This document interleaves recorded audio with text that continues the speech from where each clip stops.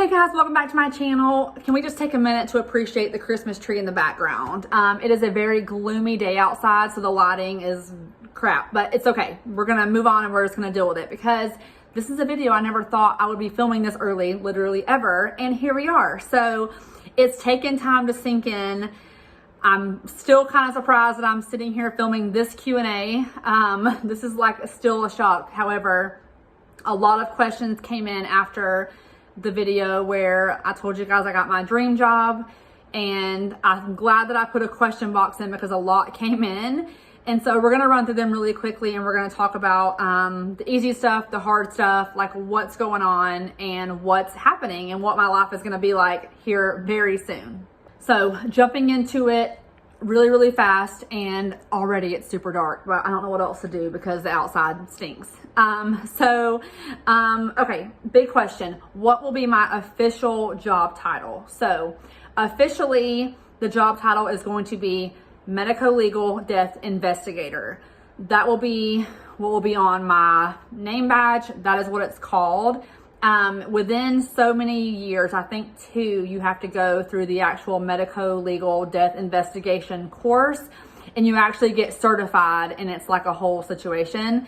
So that sounds really professional, a whole situation. I don't know what I kind of call it. Like it's like some kind of, it's like a certification, just like anything else. So you actually go, and I think the biggest one's in St. Louis, and then you go through the whole class, take the exam, and get certified. So that happens, but you have to work in this career field for at least 1 or 2 years before you can go do that. So they will send me when that time comes around. Next question, is the pay equal to what you were making as a nurse? Yes, it does pretty much average out to be the same. I believe my salary is within $1,500 of what it was when I was a hospice nurse. So it's the same, not really a pay cut at all. It just averages out to be about the same, which is not surprising to me. And I'm happy with it. I'm happy to keep the same salary. I didn't really want to go less. I didn't really expect to get a whole lot more. But I am thankful to have the same salary. So no big like shock changes wise.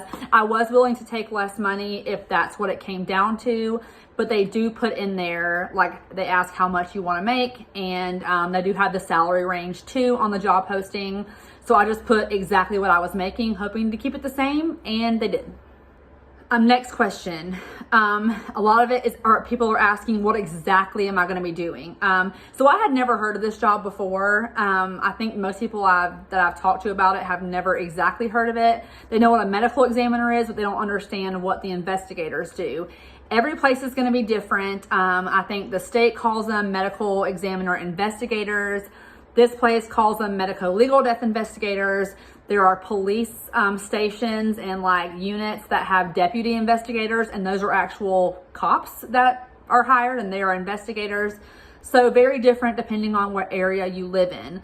So what will I be doing? And there was a question too if I would work like out of an office or wherever. So this is kind of what I know, and I can update this obviously as I start working.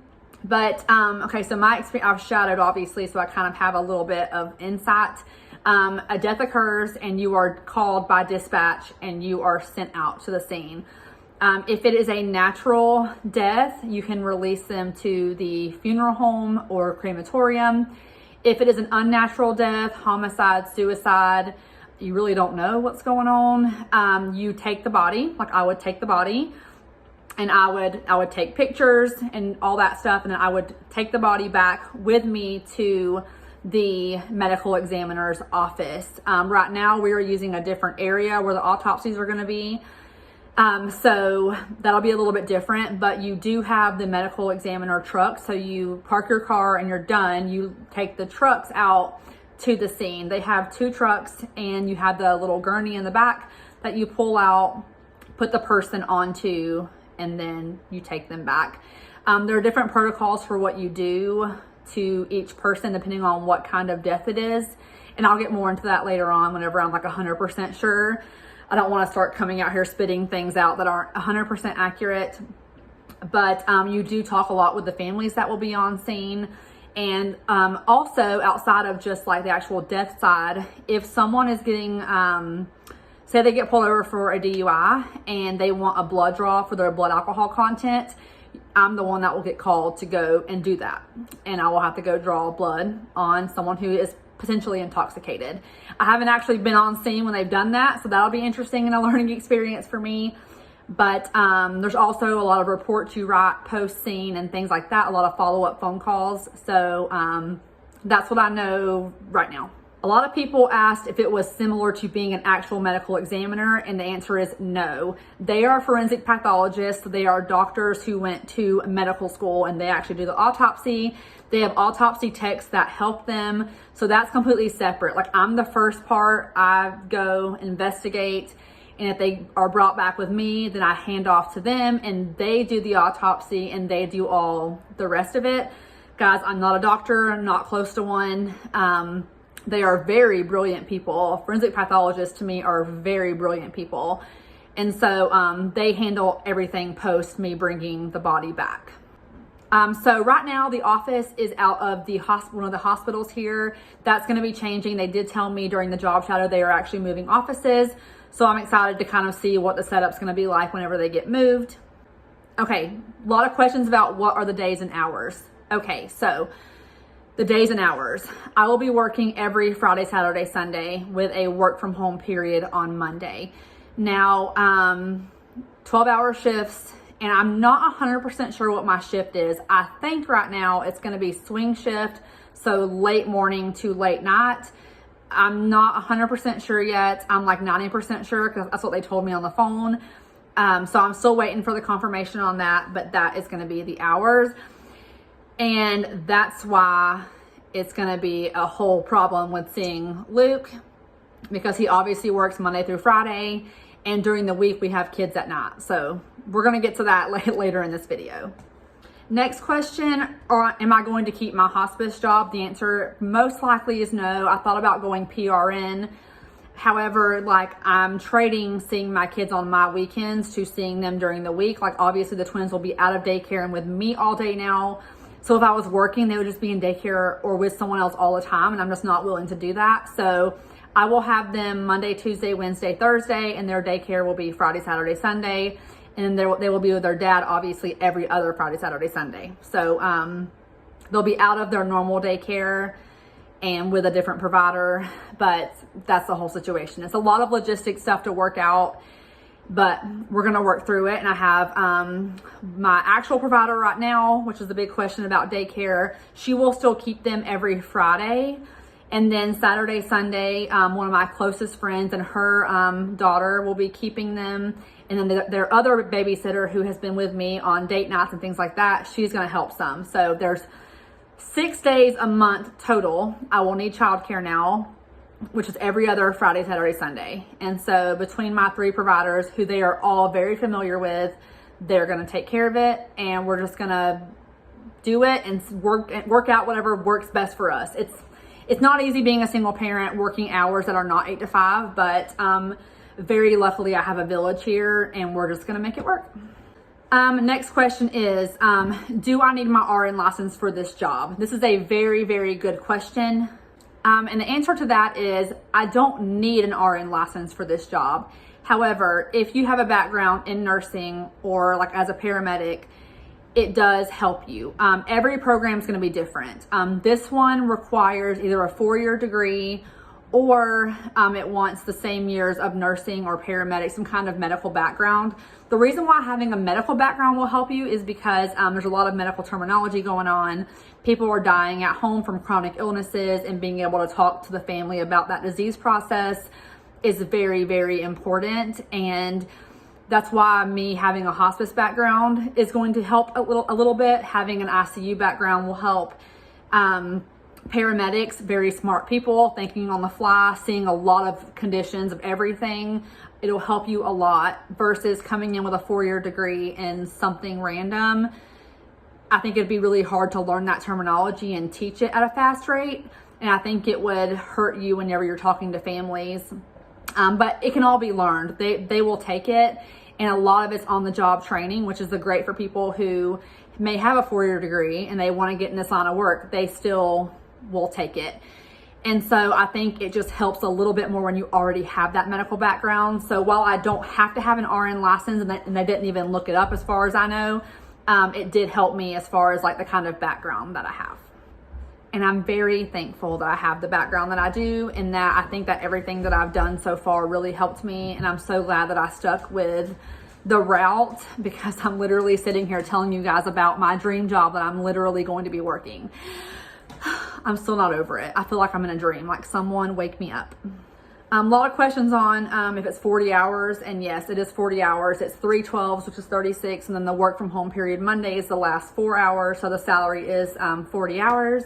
And sometimes you might work over, sometimes you might work under, but I mean, you're still getting the work from home time on Monday, and it's very unlikely you'll be working all 4 of those hours, so it all kind of evens out on its own. Okay, so big question. Obviously, everyone wants to know how the talk went with Luke and what our plan is for seeing each other and what we decided as far as our relationship goes. Okay, so the talk went fine. He found out the same night that I found out. I told him in person. I felt like that was important to tell him in person so I could be there whichever way he reacted. And he obviously was happy for me. He bear hugged me right away, and then he was like, congratulations, I'm very happy for you. His mood afterwards, I don't know, it was just it seemed kind of somber. I think that it really just set in, like this is actually happening, because it had just been thoughts. I mean, this has been like thoughts for 5-6 weeks at this point that he was finding out. And so it was very real. And for us, we're used to being with each other a lot. If he doesn't have his son, he's here. When I don't have my kids, I'm there. And every other weekend, we have Friday, Saturday, Sunday together all day. And so it's going to be a massive change. And this is something important that I want to say before I get into our schedule and like what might happen. I just want to say that he does not owe me anything. We have been dating 5.5, almost 6 months at this point. He literally owes me nothing. We're not married. We don't live together. So literally he is free to walk if he wants to. So that may not sound very compassionate of me, but it's just the reality. Do I love him to death? 100%. 100%. Would I be devastated if he left? 100%. This would be the literal hardest breakup of my life, like even worse than my divorce. It would just be devastating. However, the reality is that this is my dream. It is not his dream. It's very selfish of me to ask him to sacrifice and to change our entire schedule because of my dream that I want, that he didn't even know the extent of how bad I wanted it, because I didn't really like go in detail about it.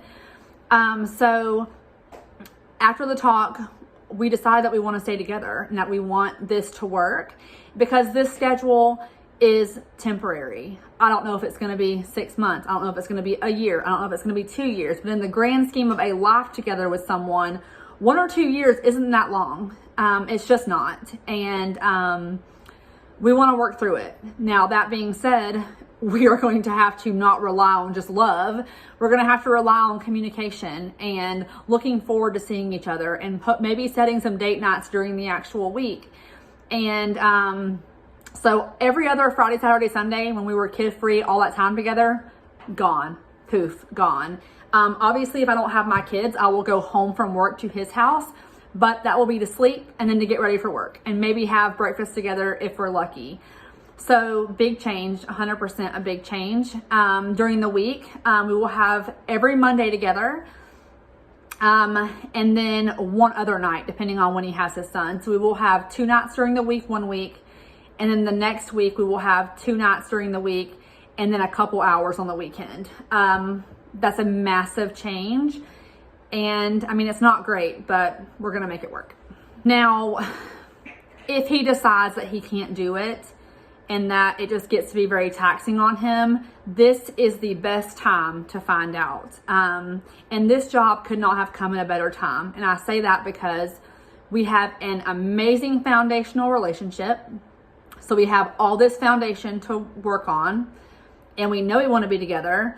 But it also is coming like before we have moved in together. So it's coming at a time that's good, because if it doesn't work out, at least we don't live together, and at least we still have respect for each other. This would not be a great timing. If we had just started dating a month ago, we would definitely not stay together. And it could cause a lot of problems if we did live together already, because the dynamics would be crazy changing. It's easier to change dynamics when you still live separately and you have that flexibility. It would not be great, say, if we were all in one house and I was there to help with the kids all the time and then I was just gone, you know? So, logistically, it's a lot to figure out. Now, the joke is that he works in logistics. He should be able to figure this out, right? I don't think he liked that joke very much. But at the end of the day, we're willing to work for it. We're willing to put in our all for it. And I'm thankful that he's willing to sacrifice for my dream when he doesn't have to. And I hope we can make it through it. And right now, it's going to be the hardest part. This initial time period is going to be very difficult. But once we're in it, I think that we're going to be fine, honestly. I have faith in our relationship. And I really hope that it continues to work. And if it doesn't, then guys, it just wasn't meant to be. But I think it'll work. Personally, I think that we're going to be okay. It's just going to be an adjustment period. Whew. So that is all that I can say. It's all that I really know right now. Guys, I've wanted this for a really long time. And so to be sitting here, it's still very surreal to me. It's mind-blowing to me that I'm literally sitting here doing this. And I'm so thankful for all the support that flooded in. And I actually went back and I watched a video of me talking about my divorce. And I literally mentioned this job in that Q&A. I mentioned this very job. And also back in like July of 2019, I mentioned this job also and talked about my job shadow the very first time that I went there, and talked about how I was changing everything. And it's funny to look back at that. For one, I had no accent back then because I had lost it living in Iowa for like 6 years. And for two, I'm looking at that thinking, if I only knew then what I know now. This is why I love that I have this channel, because I can literally see my life change from everything that I didn't want for myself to everything now that I've wanted for myself and for my kids and I. It's crazy, and it's such a transformation, and it's so crazy to be able to watch the person that I was back then, broken, wanting a different life, to now being in the spot that I'm at right now. So I'm not gonna cry. I've cried enough recently on videos, but I'm very thankful for you guys who have been here. And holy shit, here we are. This is crazy. And it's almost Christmas. The best Christmas / birthday present I've ever received in my life. But that's gonna be all for this video, you guys. I love you guys so much. We're starting something new and I'm so excited. I will talk to you guys soon. Bye. Also, me being home during the week equals more daily vlogs. Okay, bye-bye now.